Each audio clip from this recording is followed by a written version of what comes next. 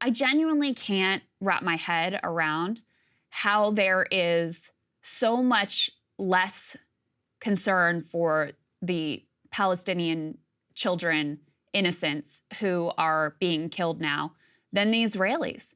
And my heart breaks for the Israelis. You know, the outpouring of support for the horror that they experienced is actually a beautiful thing to see that global, you know, solidarity against those sorts of senseless, barbaric atrocities.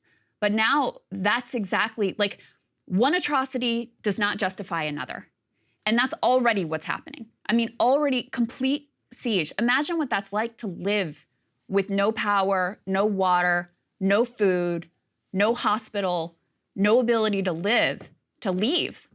And you're 2.2 million people, over a million of whom are children. And that's what we're now watching unfold. And, you know, much of the world is cheering it on.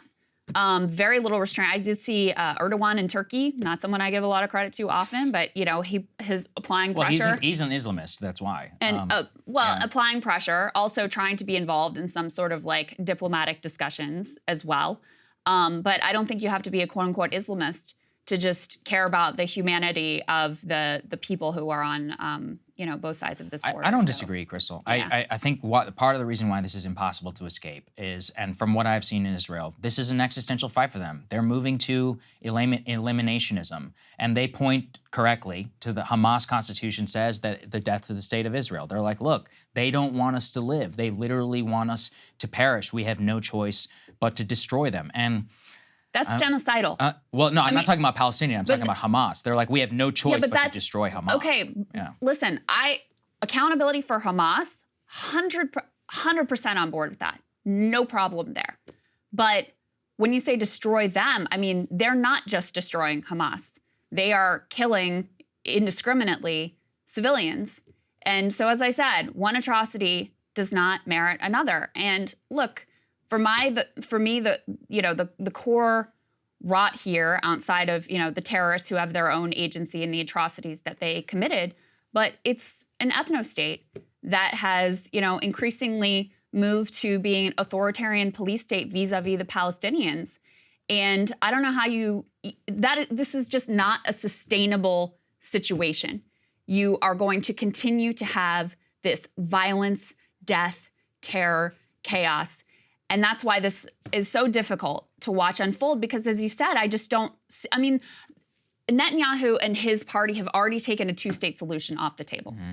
Well, most Israelis don't really believe in it anymore. They don't. Yeah. But the reason they didn't believe in it is because they were led by their leaders, people like Netanyahu, to believe that, oh, this is the status quo, this is going to be fine, it's going to be sustainable. I mean, that's been completely shaken at this point. To be honest, Crystal, the Palestinians don't really believe in it either. I mean, this is where we also have to be honest. No, a majority do believe in a two-state solution. The vast majority of them support Hamas. And that's just like, when we're in that situation, even in the West Bank, I was looking at polling, Hamas got a 53% approval rating inside the West Bank. But a majority of Palestinians support a two-state solution. And think about it from their perspective.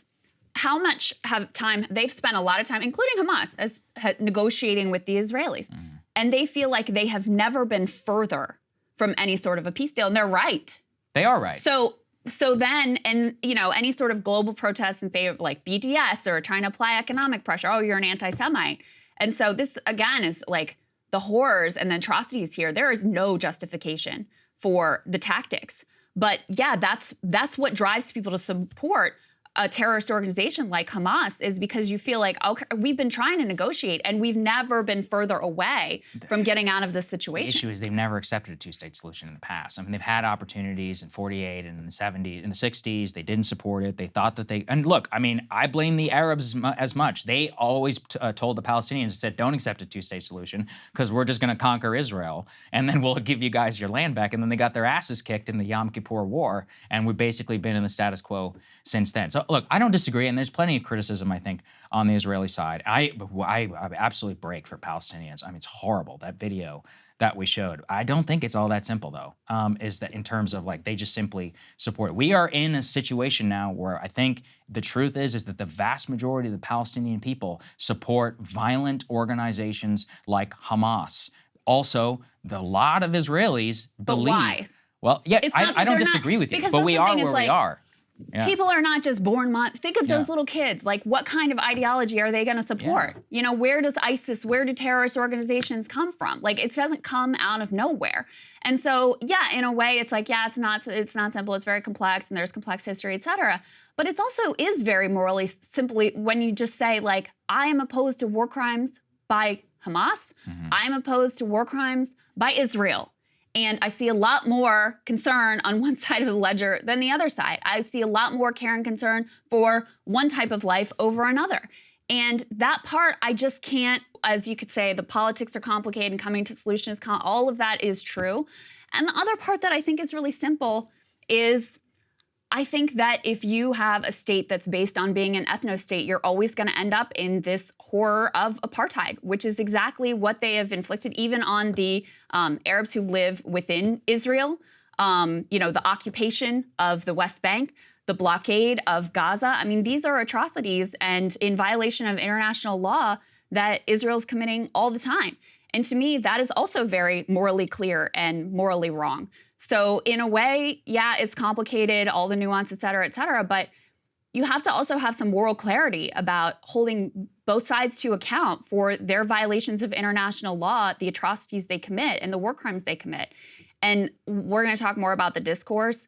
Like, the fact that there are so few people who can just say that and say it clearly and be comfortable with just condemning war crimes when they happen is one of the most troubling things I've ever seen. The amount of just outright genocidal rhetoric about, like, finish them, punish them, destroy them, or the Israelis deserve to be massacred at a music festival because of what their government has done.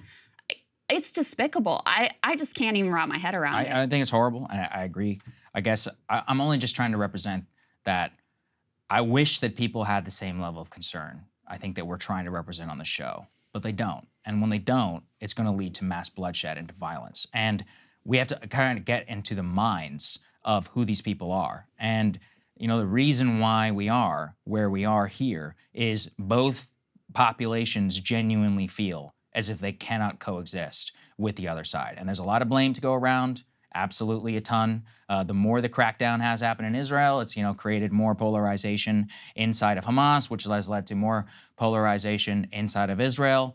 And, you know, I don't think this is going to be the most difficult, probably, moment diplomatically to solve. The past ones, Yom Kippur and the Six-Day War, we were dealing with nation states like Egypt and Jordan and others. Here, we're not dealing with that. We're dealing effectively with one state and then a terrorist organization, which also happens to be in charge of 2.2 million people with a full-blown humanitarian crisis. And then the states are all surrounding it as well. So I don't know. I mean, this is why it's so difficult to talk. This is why nobody has been able to solve it so far. So there you go. Hey guys, if you like that video, go to breakingpoints.com, become a premium subscriber, and help us build the best independent media organization on the planet. That's right. We're subscriber funded. We're building something new. We want to replace these failing mainstream media organizations. So again, to subscribe, it's breakingpoints.com.